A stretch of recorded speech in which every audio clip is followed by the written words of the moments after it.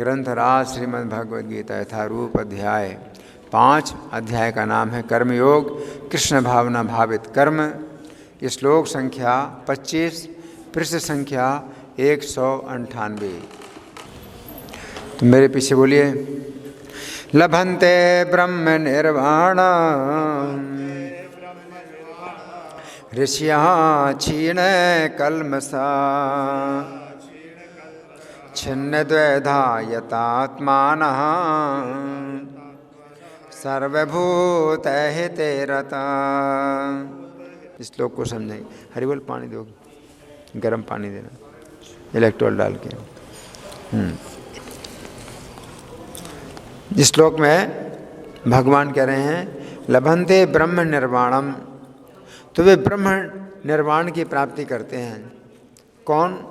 ऋषिया क्षीण कल्मषा, जो ऋषि हैं और जो पापों से मुक्त हो चुके हैं। छिन्न द्वैधा, उनकी दुविधा भी दूर हो गई। दुविधा नहीं है। छिन्न द्वैधा यतात्मानः, और जिन्होंने अपने मन को बस में कर लिया है। सर्वभूत हिते रता, समस्त प्राणियों के हित में रत हैं, है ना। अब हम सुनेंगे प्रभुपाद तात्पर्य में क्या लिखते हैं। श्रील प्रभुपाद की जय। केवल वही व्यक्ति सभी जीवों के कल्याण कार्य में रत कहा जाएगा जो पूर्णतया कृष्ण भावना भावित है। तो प्रभुपाद क्या बता रहे हैं? भगवान कह रहे हैं सर्वभूत हिते रता, कि वे सब प्राणियों के हित में रत हैं। और प्रभुपाद क्या कह रहे हैं कि वे किसी के भी हित में रत नहीं हैं, वे तो कृष्ण भावना में लगे हुए हैं, लेकिन उनको कहा जाएगा कि वे सब प्राणियों के हित में रत हैं।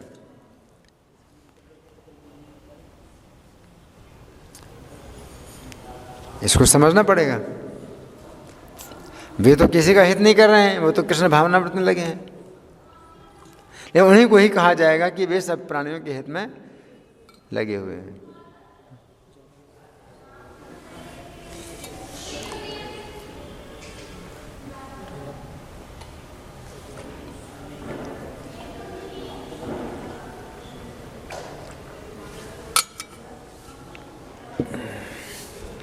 ये उसी तरह से है जैसे वृक्ष की जड़ में आप पानी डालते हैं, तो आप वृक्ष के शाखाओं में और पत्तियों में तो पानी नहीं डाल रहे हैं, आप तो वृक्ष की जड़ में पानी डाल रहे हैं। लेकिन वो पानी जा रहा है वृक्ष की सब शाखाओं में, पत्तियों में, सब जगह पानी जा रहा है। अब इसको कैसे समझें? आप तो वृक्ष की पत्तियों में और शाखाओं में पानी नहीं डाल रहे हैं, आप तो जड़ में पानी डाल रहे हैं।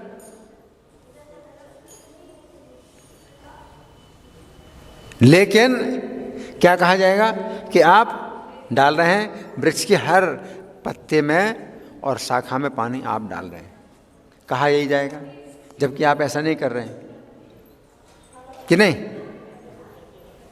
हैं? सही है। और जो व्यक्ति वृक्ष की शाखाओं में, पत्तों में पानी डाल रहा है, उसके लिए कहा जाएगा कि वो नहीं डाल रहा है, क्योंकि उससे पत्ते हरे नहीं होंगे, शाखाएं हरी भरी नहीं होंगी। तो जो व्यक्ति लोगों के कल्याण में लगा हुआ है, वो वास्तव में किसी का कल्याण नहीं कर रहा है।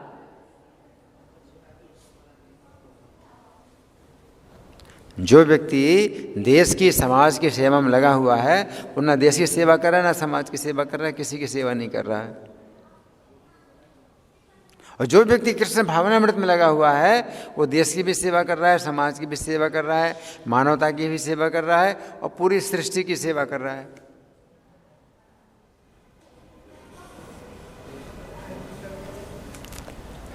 ये विज्ञान है, ये साइंस कहलाती है। Science of Krishna consciousness, Krishna भावनामृत का विज्ञान। एक दोहा है, एके साधे सब सधे, सब साधे सब जाहि। एके साधे सब सधे और सब साधे सब जाहि। रहीमन सींचे मूल खो, फूलें फलें हराई। अगर एक जड़ में आप सिंचन करते हैं तो पूरे वृक्ष का जो है सिंचन होता है। तो एक ही साधे सब सद है।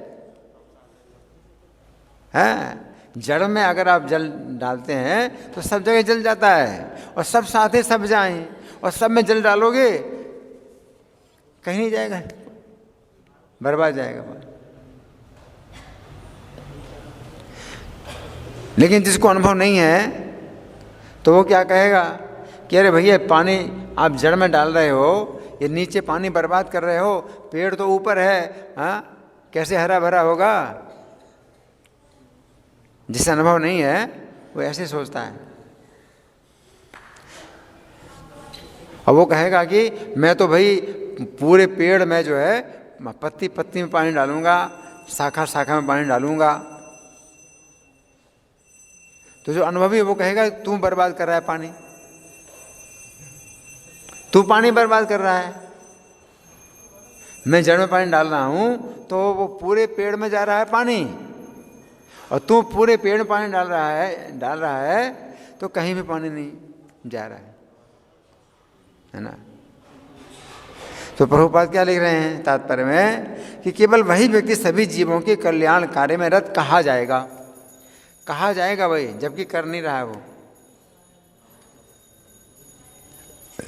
वो किसी भी जीव का कल्याण कार्य नहीं कर रहा है, लेकिन वही कहा जाएगा कि सभी जीवों के कल्याण कार्य में रत है जो पूर्णतया कृष्ण भावना भावित है। आगे जब व्यक्ति को ये वास्तविक ज्ञान हो जाता है कि कृष्ण ही सभी वस्तुओं के उद्गम है, जिसको पता चल जाए कि कृष्ण ही सभी वस्तुओं के उद्गम है, उद्गम का मतलब है कृष्ण से ही निकला, कृष्ण से ही सब प्राणी निकले हैं। जैसे उद्गम वृक्ष ही संपूर्ण वृक्ष की जड़ ही संपूर्ण वृक्ष की उद्गम है, तो जड़ में पानी डालते हैं तो पूरे वृक्ष में पानी जाता है। उसी प्रकार से कृष्ण भी संपूर्ण सृष्टि की जड़ हैं।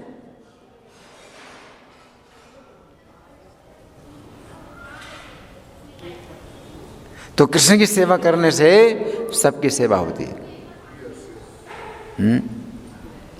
यथा हि स्कंध शाखा नाम तरुर्मूलावसेचनम एवं आराधनम विष्णु सर्वेषाम आत्मनस्य ही। जिस प्रकार से वृक्ष की जड़ का सिंचन करने से स्कंध और शाखाओं का सिंचन होता है, तने और शाखाओं का सिंचन हो जाता है। एवं आराधनम विष्णु, उसी प्रकार से विष्णु की आराधना से सर्वेषाम आत्मनस्य ही, तो सबकी आराधना होती है और अपनी भी आराधना होती है, सबकी पूजा होती है और हमारी भी पूजा हो जाती है। हम अपनी पूजा करें या किसी की पूजा करें, उससे पूजा नहीं होगी, किसी की पूजा नहीं होती। और कृष्ण की पूजा करने से हमारी भी पूजा होती है, आपकी सबकी पूजा होती है, फिर कोई छूटता नहीं है। जैसे वृक्ष की जड़ में आपने पानी डाला तो कुछ भी नहीं छूटता। हाँ, छूटता है जो शाखा टूट गई, क्या जो वृक्ष है से टूट गई शाखा, तो वो जो है हरी भरी नहीं होगी, वो सूख जाएगी। उसी प्रकार से जो जीव जो है कृष्ण से अलग हैं, कृष्ण के विद्रोही हैं, तो वो जो है फिर हरे भरे नहीं होंगे। कोई वृक्ष की शाखा टूट जाती है तो लटकी रहती है उसी में ही, लेकिन वो हरी भरी नहीं होती, सूख जाएगी। तो ऐसे कुछ लोग हैं जो कृष्ण से लटके हुए हैं, टूट गए हैं और लटक गए हैं, तो वो जो है कृष्ण की पूजा करने से उनकी पूजा नहीं होगी, उनको पोषण नहीं मिलेगा।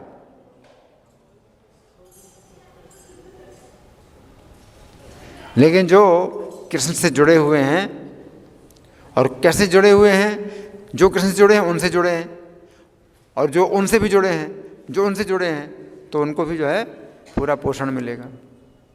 जैसे प्रत्येक शाखा जड़ से नहीं जुड़ी है, जड़ से तो जुड़ा तना है, और तने से फिर उसकी एक शाखा जुड़ी है, फिर उसकी दूसरी शाखा उससे जुड़ी है, फिर तीसरी शाखा उससे जुड़ी है। ऐसे लाखों शाखाएं, वृक्ष की लाखों शाखाएं,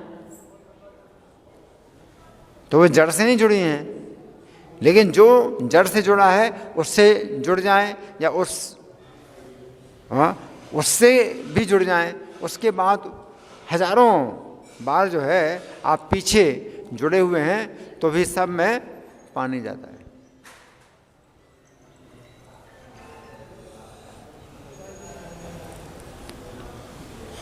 जड़ में जो सिंचन होता है वो पूरे वृक्ष में जाता है।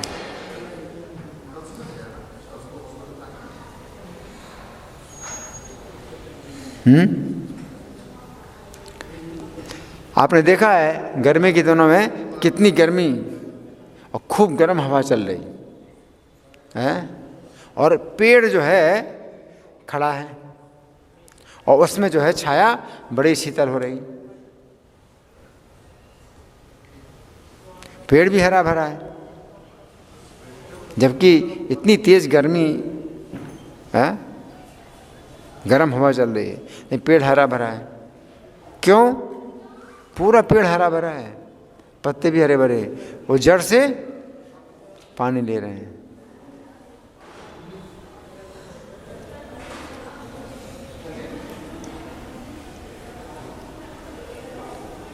हम लोग जो है पेड़ की जड़ से हम नहीं जुड़े हैं, तो हमें तो प्यासे, हम प्यासे मर रहे हैं। लेकिन कितनी ऊंचाई पर, जड़ से कितनी दूर है वृक्ष, उसकी शाखा, फिर उसकी और शाखा, फिर उसकी और शाखा, फिर उसकी और शाखा, कितनी दूर है जड़ से, तो भी वो सब हरी भरी है। बहुत गर्म हवा चल रही है, बहुत गर्मी है, एकदम मतलब सूर्य का तापमान बहुत बढ़ रहा है, लेकिन पूरा पेड़ हरा भरा है।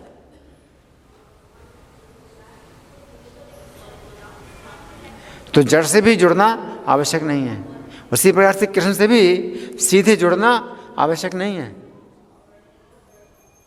अगर आप परंपरा में जुड़े हैं तो भी आप जो है पूरी सुरक्षित हैं, पूरी सुरक्षा है।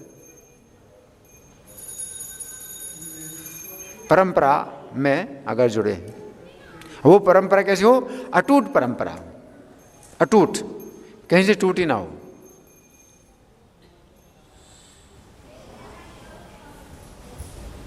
तो फिर कोई बात नहीं कि आप 1000 जो है गुना दूर हैं, तो भी कोई बात नहीं है। वो जैसे कि वो शाखा जो है कितनी दूर है जड़ से, है, लेकिन वो और हजारों शाखाओं के बाद में वो शाखा आती है। वृक्ष का तना है, फिर उसकी शाखा, फिर उसकी शाखा से एक शाखा निकली, फिर उसकी शाखा से और दूसरी शाखा, फिर उसकी और शाखा, शाखा उपशाखा, फिर उसकी और शाखा, फिर उसकी और उपशाखा, इस तरह से। लेकिन तो भी उसमें क्या हो रहा है? सिंचन हो रहा है, हरा भरा बना हुआ है। इतनी लपट चल रही है, गर्म हवा चल रही है, लेकिन वृक्ष हरा भरा बना हुआ है। लेकिन अगर मान लीजिए कि बीच में एक शाखा टूट गई, अब उसकी शाखा में जितनी शाखाएं जुड़ी हैं सब उनका सिंचन नहीं होगा, वो हरी भरी नहीं होगी, वो सब सूख जाएंगे। उसी प्रकार से परंपरा अगर अटूट नहीं है, कहीं से टूट गई, तो वो सब के सब जो है बेकार हो गए।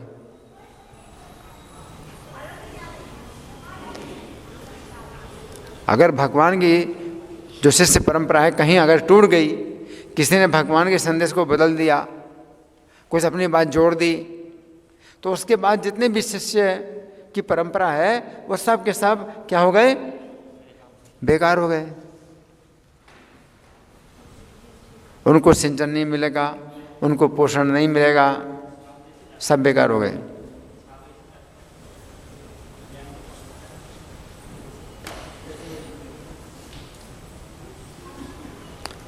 तो इसका मतलब क्या है कि जड़ से लेकर के 1000वीं शाखा तक जो है अगर अटूट परंपरा है तो वो शाखा में सिंचन मिलेगा और पूरा का पूरा सिंचन मिलेगा, कुछ कम नहीं होगा। आप ये नहीं कह सकते हैं कि नहीं वो 50वीं शाखा जो इतनी दूर है उसमें पानी कम मिल रहा है, वो कम हरा भरा है। कैसा है? नहीं कि नहीं भी तने में ज़्यादा पानी आ रहा है, वो सीधे जड़ से जुड़ा हुआ है, उसके बाद जो शाखा है उसमें पानी कम आ रहा है, वो कम हरी भरी है। कैसा है? नहीं है।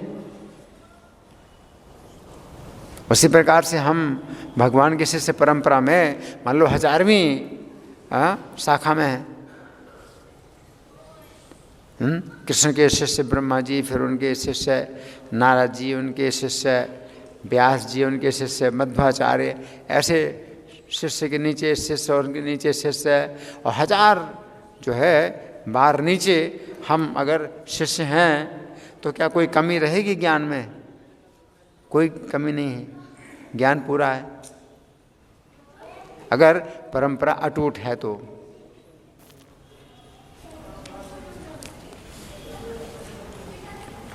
वृक्ष की अनंत शाखाएं होती हैं,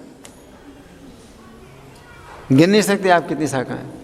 शुरू में आप गिनेंगे भाई तना, वृक्ष का तना 1 है, फिर आप भाई उसकी मुख्य शाखाएं 5 हैं, फिर उसकी उन शाखाओं की जो शाखाएं हैं उनको आप गिन सकते हैं कि मान लो 16 हैं, 20 हैं, फिर उनकी शाखाएं एक की और शाखाएं होंगी, फिर उनकी शाखाएं, फिर उनकी शाखाएं, फिर उनकी शाखाएं, फिर नहीं गिन सकते। बहुत शाखा अनंताश्च, बहुत शाखाएं हो जाती हैं, अनंत हो जाती हैं, नहीं गिन सकते आप। तो यहाँ प्रभुपाद लिखते हैं कि जब व्यक्ति को ये वास्तविक ज्ञान हो जाता है कि कृष्ण ही सभी वस्तुओं के उद्गम है, तब वह जो भी कर्म करता है सबों के हित को ध्यान में रखकर करता है। अगर उसने समझ लिया कि सबके उद्गम कृष्ण हैं, है ना, तो कृष्ण की अगर सेवा कर रहा है तो सबकी सेवा हो रही है। अगर ना भी जाने तो भी वो सबकी सेवा कर रहा है। अगर आप पेड़ की जड़ में पानी डाल रहे हो, चाहे आप पागलपन से भी, मूर्खता से भी आप पेड़ की जड़ में पानी डाल रहे हैं, नहीं तो भी वो जा रहा है, पानी पूरे वृक्ष में जा रहा है। इसी प्रकार से कृष्ण की भक्ति अगर कोई नहीं भी समझता है और कृष्ण के से प्रेम करता है तो उसका जो है पूरा जो है जीवन सफल है, ना भी जाने तो भी। जैसे माता यशोदा तो कृष्ण को नहीं जानती हैं कि कृष्ण हर चीज़ के उद्गम है, वो कृष्ण को दूध पिला रही हैं तो वो अपना पुत्र समझ करके ही कृष्ण को दूध पिला रहे हैं। और कृष्ण ने क्या दूध पीते पीते क्या किया? जमाई ली, माता के सामने मुंह खोला और माता ने क्या देखा? छोटे से मुंह में पूरा ब्रह्मांड देखा। वो ब्रह्मांड जो पूरा देखा वो क्या छोटा सा देखा था? नहीं,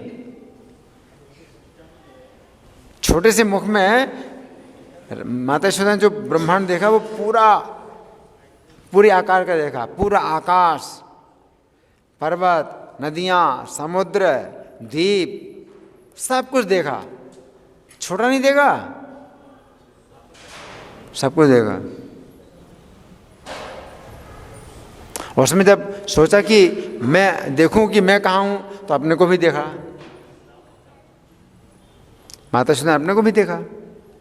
कितना बड़ा, जितनी बड़ी है वो उतनी, सब कुछ देखा कृष्ण के मुंह के अंदर। तो कृष्ण क्या दिखा रहे हैं माता यशोदा को कि माता तू तो समझती है कि तू मुझे दूध पिला रही है, तुझे पता नहीं है कि तेरा जो दूध है ये संपूर्ण ब्रह्मांड को पोषण कर रहा है।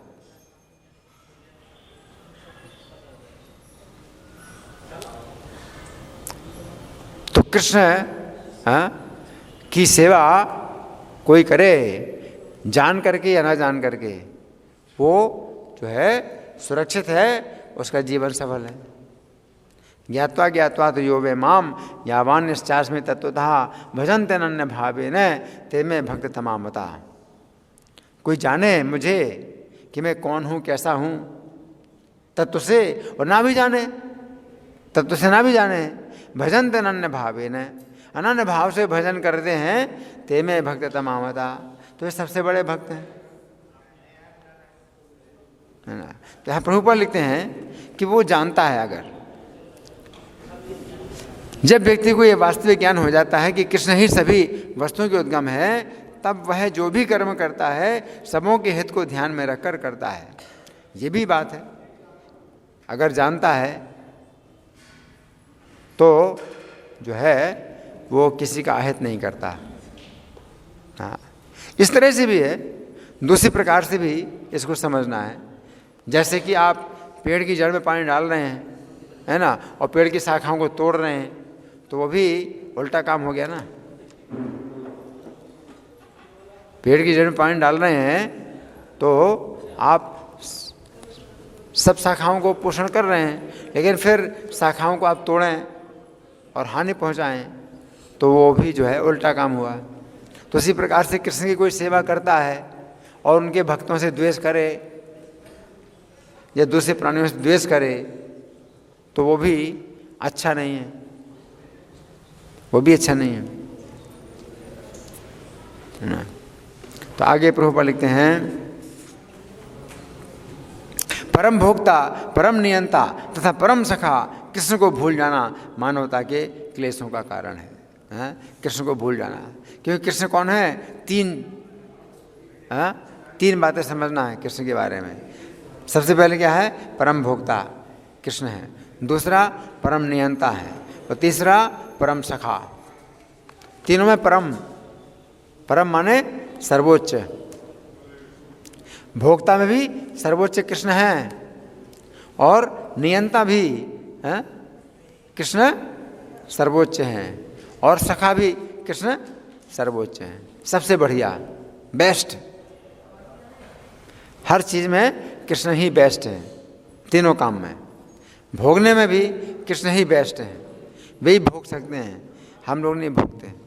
हम विषयों को भोगते हैं तो विषय हमको भोग लेते हैं।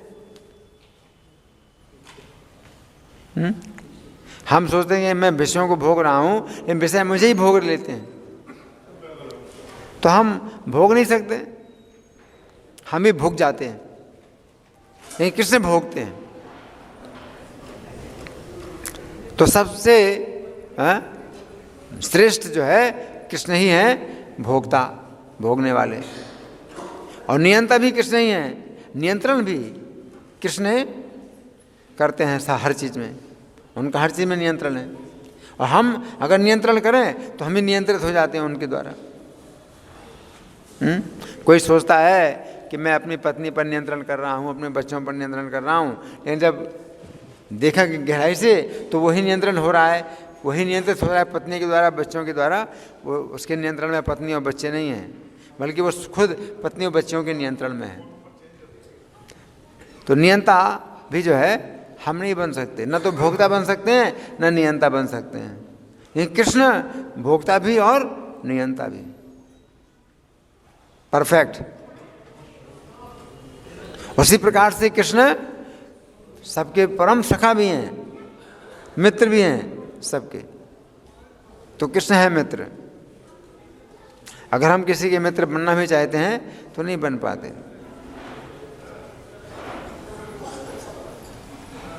हम किसी का भी मित्र नहीं बन पाते, हम किसी का भी हित नहीं कर पाते।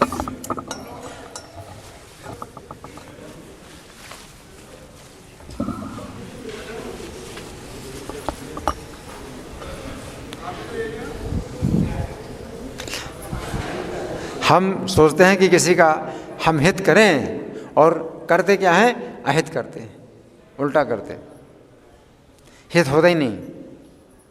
जितना कोशिश करते हैं हित करने की, उतना ही उल्टा क्या होता है, अहित होता है, नुकसान होता है ना। लेकिन कृष्ण है हित करने वाले हैं, परम सखा है। और कृष्ण को भूल जाना मानवता के क्लेशों का कारण है, ये असली कष्ट की बात है। कृष्ण को भूलना ही मानवता की असली समस्या है, और कोई समस्या नहीं। लेकिन लोग नहीं समझते इस बात को। कहते हैं मानव सेवा माधव सेवा।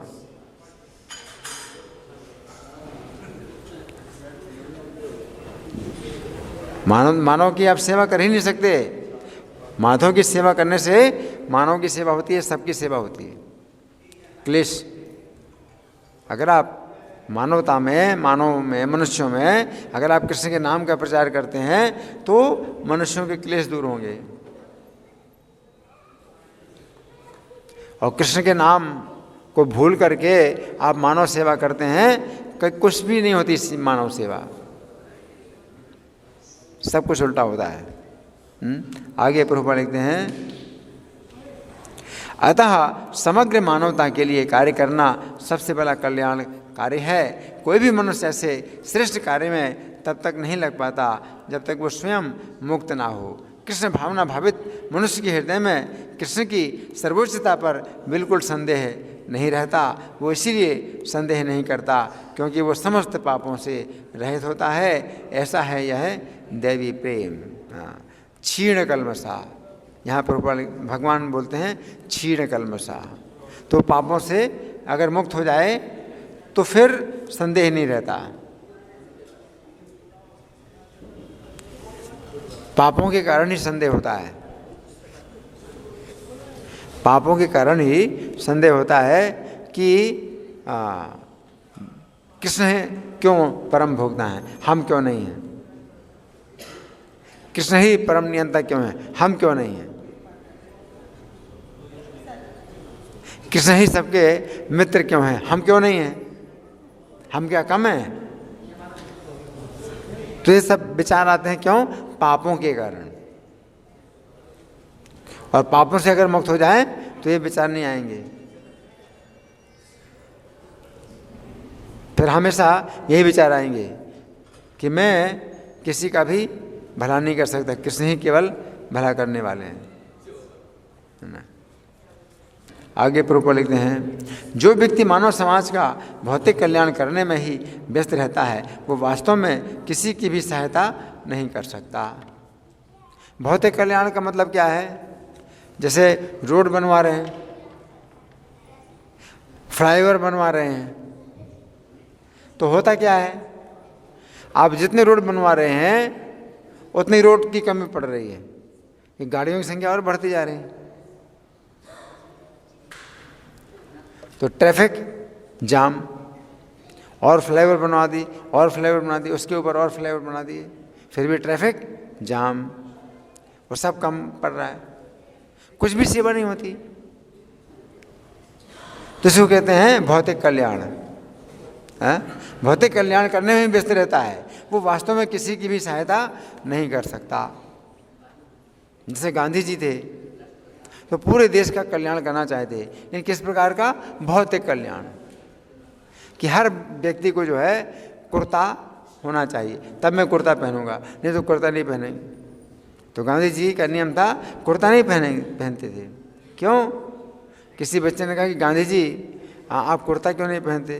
बोले बेटा, जब तक देश के प्रत्येक व्यक्ति को कुर्ता ना मिले तब तक मैं कुर्ता नहीं पहन सकता। इतना त्याग किया, लेकिन उन्हीं देशवासियों ने उनको मार डाला कि तुमने क्या किया।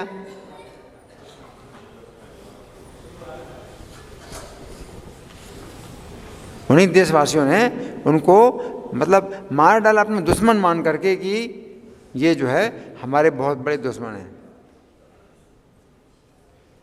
उनको दुश्मन माना गया। जबकि इतना बड़ा त्याग किया है। इसका मतलब है कि कृष्ण को अगर आप प्रसन्न नहीं करते हैं तो आप कितना भी प्रसन्न करना चाहो कोई प्रसन्न नहीं होगा।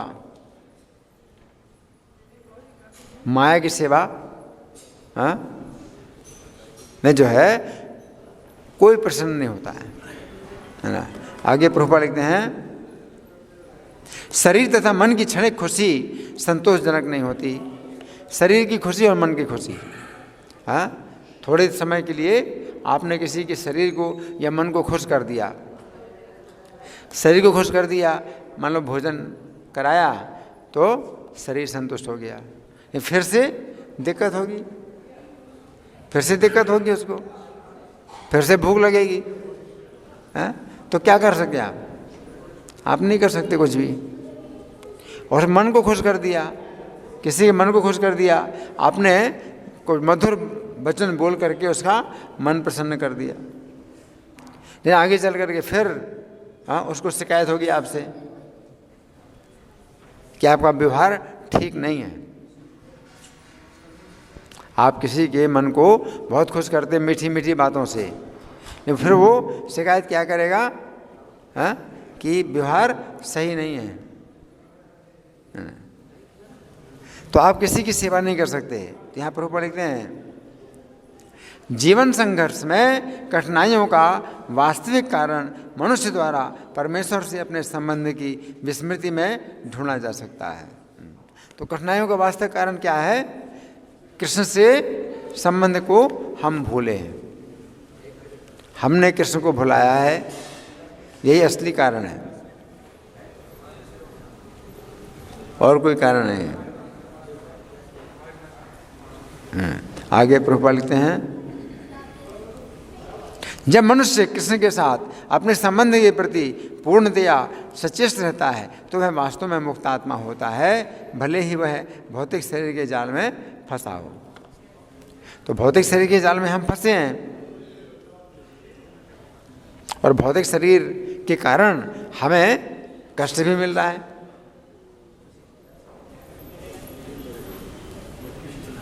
तो इस सब जो है कष्ट होते भी हम फंसे हैं भौतिक शरीर में, लेकिन तो भी हम मुक्त आत्मा कहलाएंगे।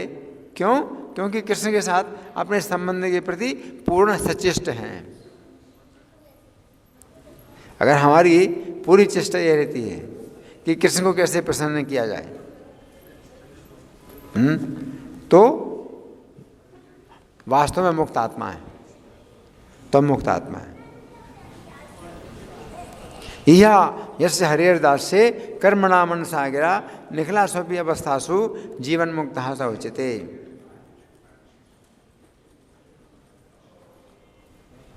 तो जिसकी इच्छा है हरि की सेवा करने की, कर्मणा मनसा गिरा, कर्मों के द्वारा, मन के द्वारा और वाणी के द्वारा, तो सभी अवस्थाओं में वो जीवन मुक्त है।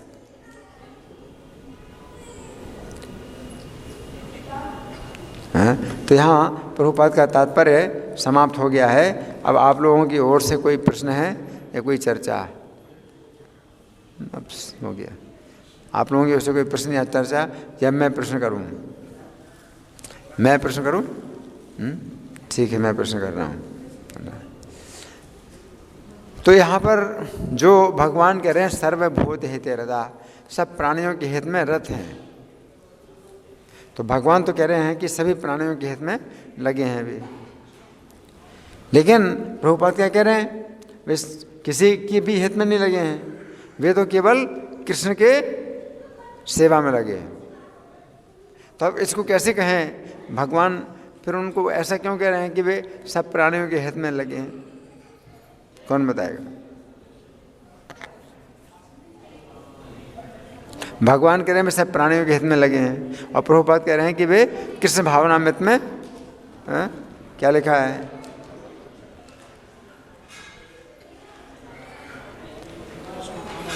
कृष्ण भावना भावित है, पूर्णतया कृष्ण भावना भावित है, यानी कृष्ण का ही केवल गुणगान करते हैं।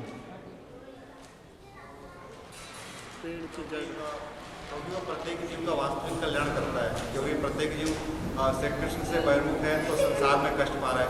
जो कृष्ण भावना भावित व्यक्ति है वो उसको दोबारा कृष्ण की ओर ले जा रहा है, जिससे उसका वास्तविक कल्याण कर रहा है। और जो माइक कल्याण कर रहे हैं वो तो सिर्फ क्षणिक सुख दे रहे हैं, वो तो उसका आत्मा तो बंधन में ही है, वो तो कष्ट ही नहीं पा रहा है, और थोड़ी देर के लिए मान लो एक बच्चा रो रहा है तो उसको कोई मिठाई दी, थोड़ी देर चुप हो गया, थोड़ी बाद फिर रोएगा। लेकिन एक वास्तविक कल्याण करता है जो उसको बच्चे को उठा के उसके वास्तविक पिता से खोज कर उसको मिला देता है।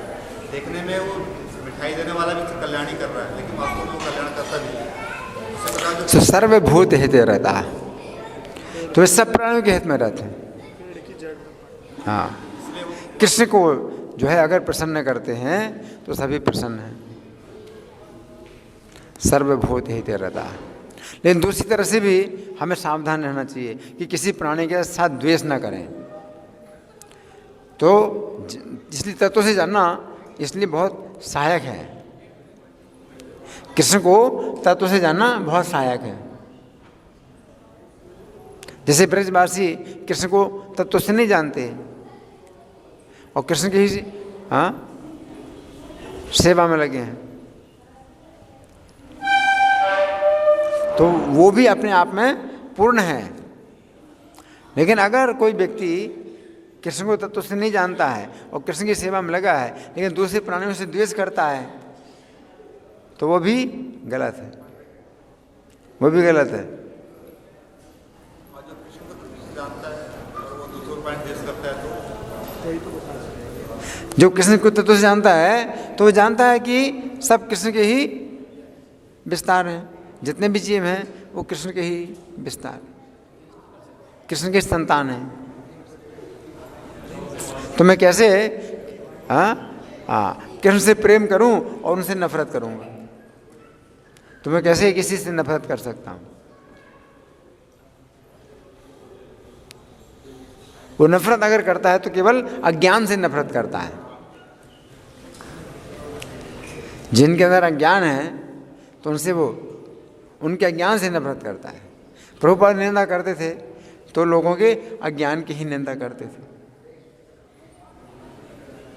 कि उनके अंदर कितना अज्ञान है।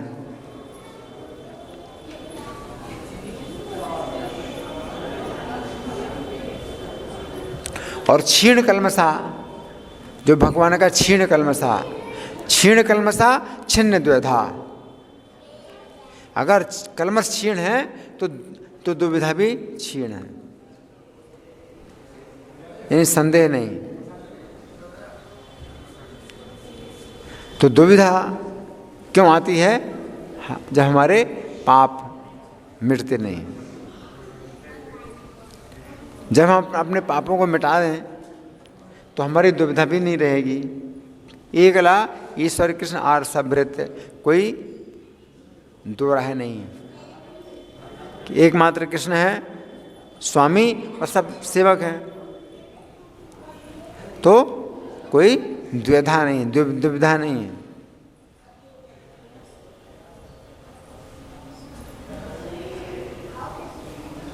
और जिनके पाप क्षीण नहीं हुए हैं तो उनके अंदर दुविधा रहती है।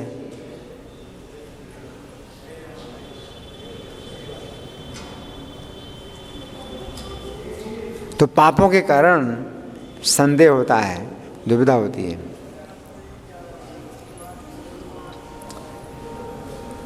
अर्जुन के मन में संदेह हुए, अर्जुन ने प्रश्न किए, लेकिन उनके अंदर कोई संदेह नहीं है कि कृष्ण उनके संदेह को दूर कर सकते हैं। इसलिए अर्जुन ने क्या कहा? एतन में संशयम कृष्ण छेतुमर्हस्य शेषतः। इस संशय को आप पूरी तरह से छेदन कर सकते हैं। तो इसमें अर्जुन को कोई संदेह नहीं है। अर्जुन को जो संदेह है तो उसके विषय में अर्जुन को कोई संदेह नहीं है कि कृष्ण उनके संदेह को दूर कर सकते हैं।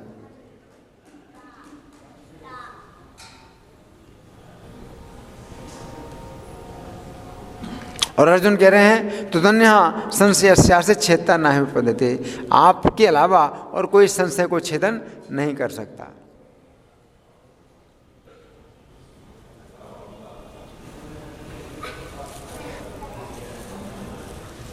तो इस तरह से आज के श्लोक में भगवान कहते हैं क्षीण कल्मषा छिन्न द्विधा।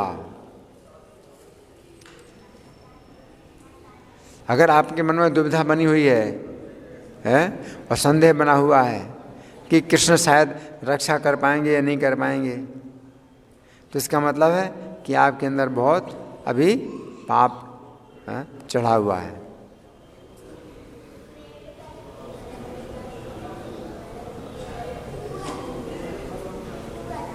छिन्नद्वैधा यतात्मानः सर्वभूत हिते रता, सब प्राणियों के हित में वो लगे हैं, है ना।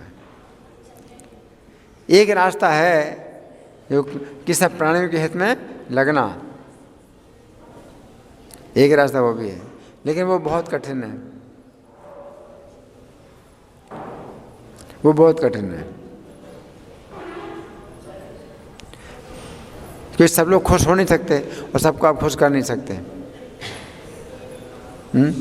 इनको खुश करो तो ये नाराज होंगे, इनको खुश करो तो ये नाराज होंगे, हाँ? आप किसी को खुश नहीं कर सकते।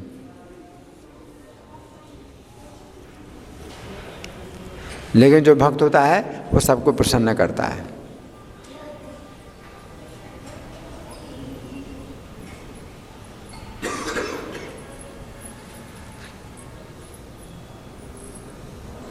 जिसमें लिखा है, श्री भगवान ने कहा, जो जीव शुद्ध हो जाता है वो श्री कृष्ण के धाम में जाकर श्री कृष्ण की सेवा प्राप्त करता है।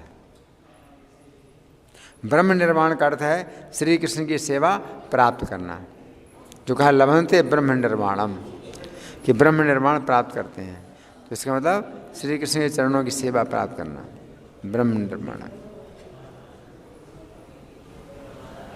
और कृष्ण को 3 प्रकार से जानना जरूरी है। 3 प्रकार से कैसे जानना है? क्या? परम भोक्ता हैं, परम है, तीनों में परम है, परम में भोक्ता भी परम है, परम नियंता भी है और परम सखा भी है।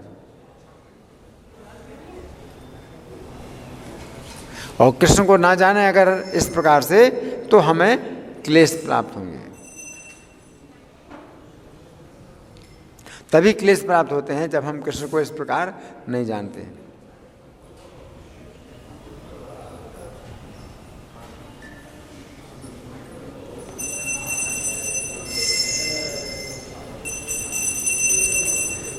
जय श्री राधा पार्थसारथी ललिता विशाखा की जय, श्री श्री गौरनिताई की जय, श्री श्री सीताराम लक्ष्मण हनुमान की जय, श्री श्री प्रहलाद नृसिंह की जय, श्रील प्रभुपाद की जय।